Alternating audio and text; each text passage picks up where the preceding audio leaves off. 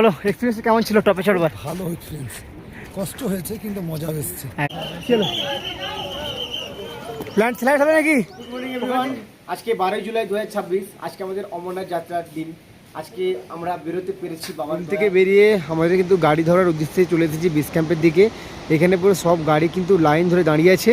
এখান থেকে চন্দনবাড়ি অর্থাৎ 16 কিলোমিটার দূরত্ব চন্দনবাড়ি, সেখানে উদ্দেশ্যে রওনা। গুড মর্নিং, এখন আমরা সবাই মিলে পৌঁছে গেছি চন্দনবাড়ি, যেটা কিন্তু আমরা আমাদের এখান থেকে ট্রেক শুরু করব। আর এখন বাজে সকাল কটা বাজে বলতে পারবে? এখন 5টা বাজে। জয় বলে হর হর মহাদেব। আজকে 12 তারিখ, আর এই 12 তারিখে সকলের এই অবস্থা। সবাই মিলে এখন চলেছে যাত্রার উদ্দেশ্যে। আজকে এখনো পর্যন্ত লোকের সংখ্যা মোটামুটি ঠিক আছে, এরপরে কত লোকের কি সংখ্যা হবে এখন আমাদের জানা নেই। ওকে চলো, সবাই যাচ্ছে। হর হর মহাদেব। চলো, আমাদের গ্রুপ কোথায় গেল? এই যে ওয়েলকাম টু যাত্রীজ, এখান থেকেই শুরু হবে আমাদের যাত্রা। আমরা আমাদের যাত্রা কিন্তু শুরু করে দিয়েছি। এখান থেকে সব কিছু চেকিং হবে, তারপরে আমাদেরকে ছাড়বে। আমরা আমাদের আজকের যাত্রা সকালবেলায় কিন্তু শুরু করে দিয়েছি।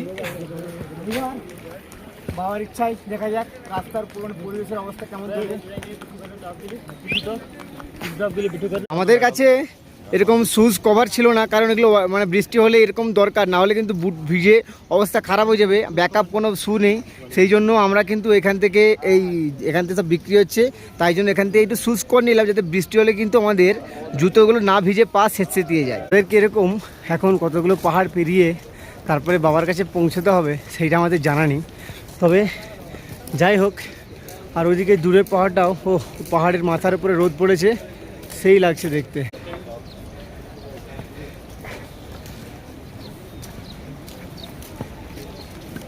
গরম লাগছে হাঁটতে হাঁটতে, জ্যাকেটটা খুলো, সেই জন্য আপনার বান্দা নয় আমরা, ঠিক আছে? এই জয় বাবা বরফানি, জয় বাবা বরফানি। সুরন্ত ঠিক আছে? আপাতত ঠিক আছে, ঠিক থাকতে হবে। চলো, দেখতে পাচ্ছ নিচে থেকে কত মানুষ আসছে, অনেকটাই। এদিকে প্রথমটা মোটামুটি 3 কিলোমিটার পিছু টপ পর্যন্ত অনেকটাই খাড়াই চড়ায়, তারপর আবার ওইখান থেকে বেশ কিছুটা হয়তো নর্মাল।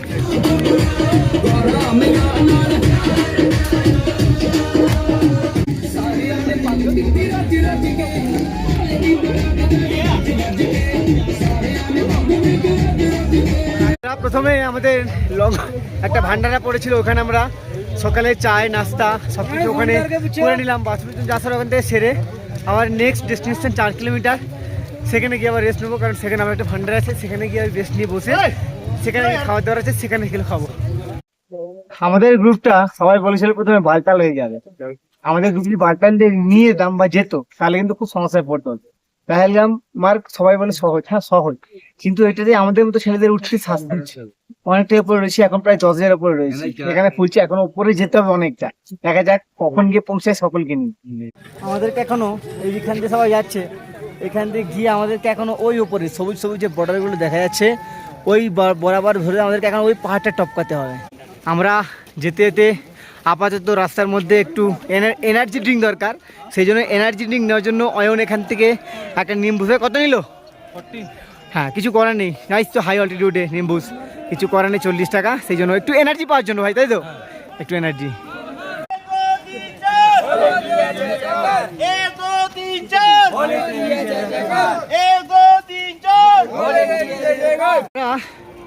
ওই নিচ থেকে উপরে উঠে এলাম, আর এই উপরে উঠে আসার পর আমাদের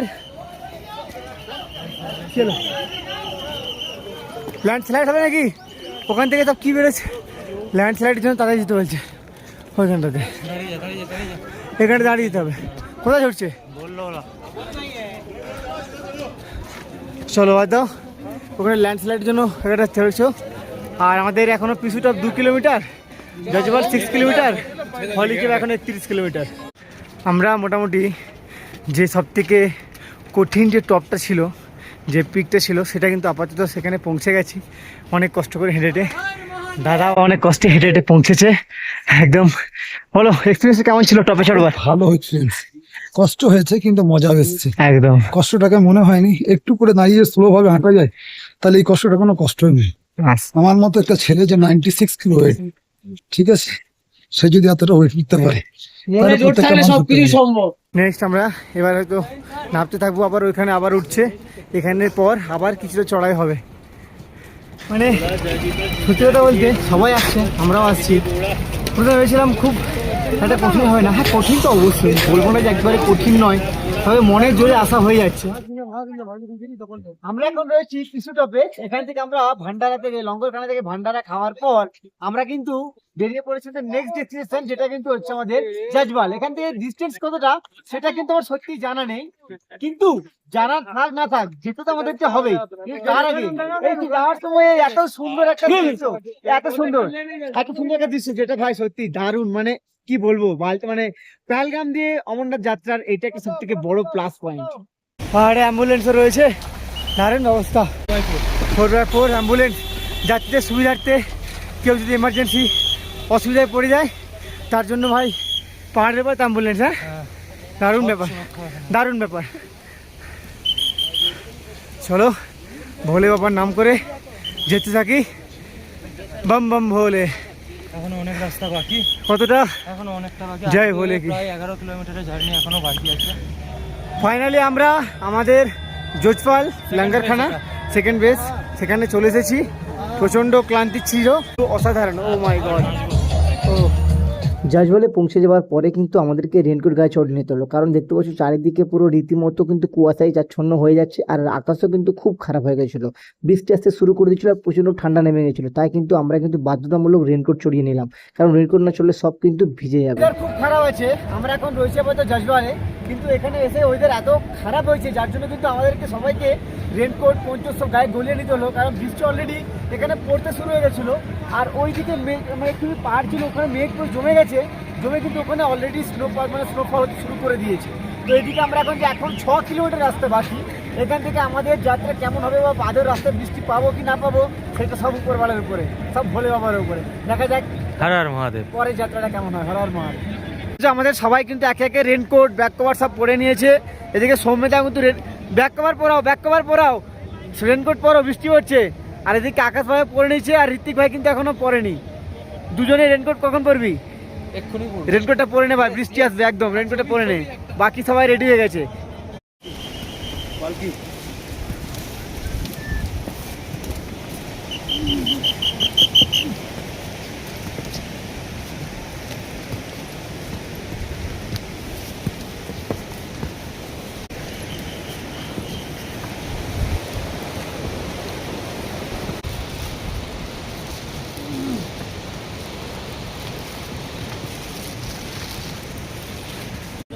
আমরা ওই নিচ থেকে চড়াই করে ওই উপরে এলাম, এখন অনেক উপরে আমাদেরকে চড়ে যেতে হবে।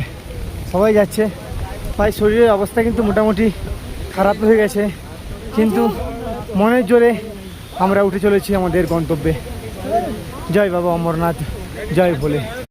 অনেকে চড়ার পরে আমরা শেষনাগ ঝিল সেখানে এসে পৌঁছলাম। খুব সুন্দর এই ঝিল, শেষনাগ ঝিলের ব্যাপারে নিশ্চয়ই সবাই জানা আছে, নতুন করে বলার কিছু নেই। এই যে শেষনাগ ঝিল, এখানে মদের তার সাপকে ছেড়ে রেখে দিয়ে গেছিল। তো এখান থেকে আর উঠতে বেশ কিছুটা, এখন 2 কিলোমিটার তো টাইম, মানে 2 কিলোমিটার ডিস্টেন্স আছে যেতে হবে। আমাদের অবস্থা খুব খুব খুব খারাপ, মানে পিছার ভারী ভারী ব্যাগ, বৃষ্টি, বুট ভারী, কাদা, রাস্তা খারাপ, পুরো একদম মানে অবস্থা ভীষণ খারাপ। যাই হোক, সবই মহাদেবের ইচ্ছে। Good morning. আজকে আমাদের শেষনাগ থেকে আবার 5 তারিখ পর্যন্ত যাত্রার দিন। আমরা আগের দিনে এত টায়ার্ড হয়ে গেছিলাম, এত শরীর ক্লান্ত হয়ে গেছিলো, যার জন্য কিন্তু কোনোভাবেই আমি একটু ভিডিও করার মতো মানে অবস্থায় ছিলাম না। যার জন্য কিন্তু কালকে কীভাবে পৌঁছলাম না পৌঁছলাম সেটা যতদূর দেখেছি আগের এপিসোডে তোমরা দেখেছো। আর আজকে আমরা এখন রয়েছি আমাদের শেষনাগ যে বেস ক্যাম্প, এখান থেকে রয়েছি। এখান থেকে কিন্তু আজকে আমরা আবার সবাই মিলে বেরিয়ে যাব আমাদের নেক্সট ক্যাম্প সাইট, যেটা হলো 5 তারিখ।